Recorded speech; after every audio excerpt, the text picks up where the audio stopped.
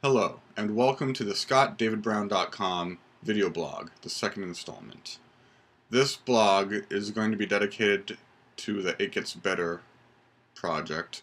I want to start off by saying that it's not okay what people are doing to you. If you're being bullied because you're gay, or bisexual, or transgender, or lesbian, or whatever, they don't have the right to judge you in a hurtful way because of who you are.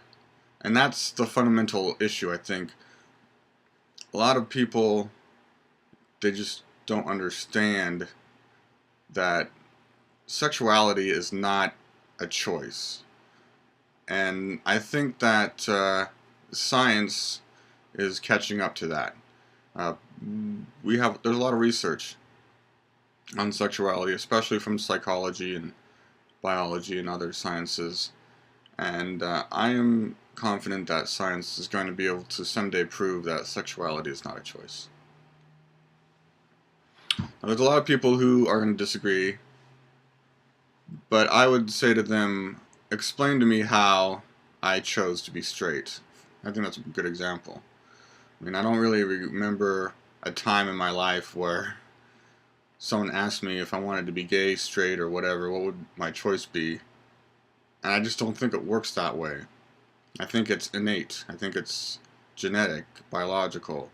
It's just something from birth that you are.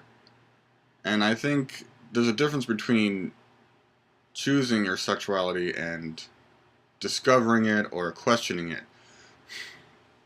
Because I think, we all question our sexuality at some point. I mean, the whole process of puberty is we're learning about that part of us.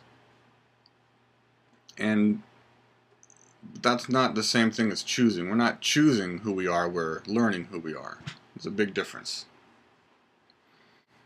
Sexuality is part of our human identity. It's a very important part. And it's important that we develop that sexual identity in a healthy way and in a way that is correct for who we are. Meaning that if you're a homosexual by nature, if that's what biology has decided for you, or your genetics, then trying to pretend to be straight isn't going to work. You cannot pretend to be something that you're not. You have to be who you are. And there's going to be people who don't like you because of who you are. I mean, that's just the way it is. People have their judgments, and they think they're right. That doesn't make them right, but that's what they think, and so they're going to challenge you. They're going to challenge your identity sometimes. And so I think that's why it's important that you define yourself for who you are from your own perspective, and you don't define yourself by what other people think of you. If you're going to define yourself by what other people think, then you're basically saying that you are not authorized or credible to deciding who you are. You're going to rely on other people because you think they're more credible or more reliable. Another thing I think that's important to understand is that bullies are often scared themselves. They're often bullying you because they don't want to be bullied, or that's the type of behavior that they've been taught. Bullies don't really understand what they're doing. Their level of empathy is either really low, or they just don't realize that what they're doing is hurting you. In fact, some bullies might even claim that bullying helps you somehow. But that's generally because they don't really understand what they're doing. But generally, they're scared. That's usually why they feel weak, and they think that this is how they're going to gain that strength, by tearing you down. It means that you really cannot take what they say personally. This is very hard to do. When someone's saying things about you, it's very personal, obviously, and so you react emotionally, and it's very easy to get caught up in it. But it's very important to not listen to what bullies say. You cannot accept what they say about you. Alright, so I think I'm going to just talk about a little bit of my experience so that you kind of understand where I'm coming from. And while I was not bullied because of my sexuality, I was bullied for basically being a nerd. And so, I wasn't doing anything particularly nerdy. I like Transformers and G.I. Joes and Looney Tunes and cartoons and stuff like that. I mean, all kids pretty much like that, so because we're all children. We were all children, and this was elementary school, basically first grade till sixth grade. I had to put up with this crap. So, but that was just the way it is. I mean, I really changed fundamentally from these about 6 years of bullying. I had to basically change, adapt, evolve, if you will, to my circumstances, and it was a very difficult situation. And there were times where I was afraid to go to school because I didn't know what was going to happen. I didn't know if I was going to get beat up or even killed because, I mean, you feel so much like everybody at school hates you, and there's nothing that you can really do to change that. That's how it kind of felt for a while. So I would basically just do the best I could, and I mean, class became very important to me. I mean, that was initially how I was able to cope, that I would focus on my education and paying attention in class and learning, and that helped. But then there'd be recess time, and recess time was a difficult time, scary time, because that's when the bullying, most of it, would take place. And because I had a core group of friends. I had my best friend and a couple other kids, and so it wasn't too bad. At least I wasn't suffering by myself. But any time that my best friend was sick, or if I was sick and I couldn't go to school, it was just, we were basically alone at that point. And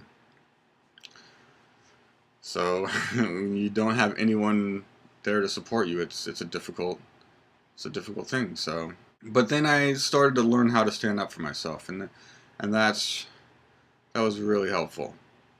And I always feel like, if you're being bullied, you have to stand up, and you have to show them, I'm not afraid of you. I'm not gonna take it from you. And that does not mean that you have to get in a physical fight.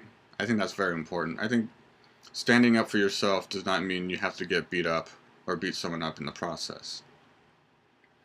But I was actually pretty lucky. I mean, I never got into any physical fights. I was either able to show my courage, show my strength, and that was enough to get them to back down. Or if there was a group of them, I would run away. Basically, I would run as fast as I could. And I know that kind of sounds bad, but if you think about it logically, if mathematically you're outnumbered, the best thing to do is to get away. Because there's no point in standing up for your principles if it's going to leave you beat up at the end, I think. I really made sure to let them know that I wasn't afraid of them.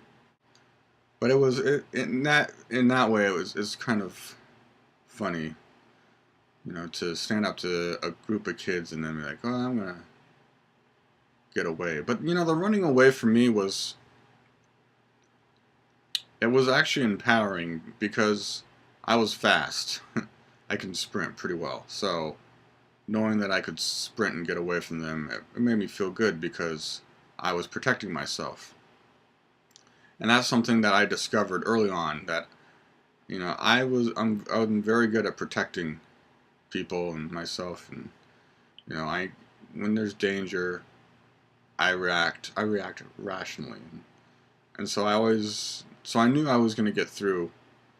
I knew I could get through, because I knew that I was capable of getting away. And then there were situations where I needed to get help, so I did.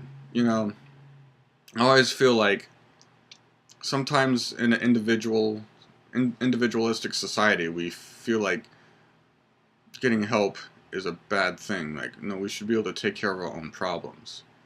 But that's really a fallacy, because small problems maybe you can take care of, but when you're in a situation like I was, being alone is not what you want to do. And you really have to learn how to ask for help and to get help.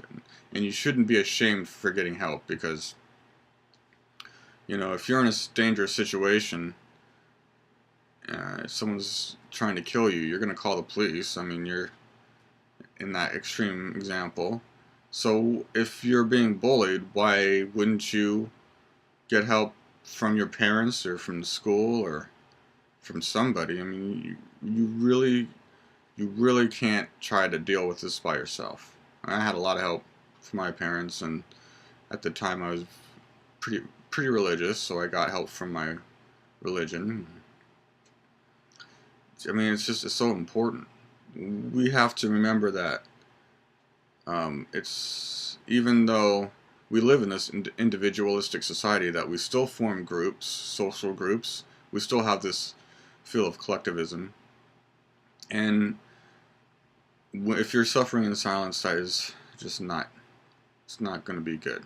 So if you're out there and you're in a situation like I was, someone's bullying you, someone's treating you bad, and you just feel awful, that's the time to get help. You really need to find somebody who will listen to you. And if you can't get your parents, if you don't have anyone, you feel like you don't have anyone you can talk to, then you gotta find somebody. And I know there's a lot of resources online. I'm sure there's a lot of people from the It Gets Better project that would be glad to talk to you. Heck, you can email me or visit my website and leave comments or send messages, and I'm surely willing to talk to you and try to help you, because this is a problem.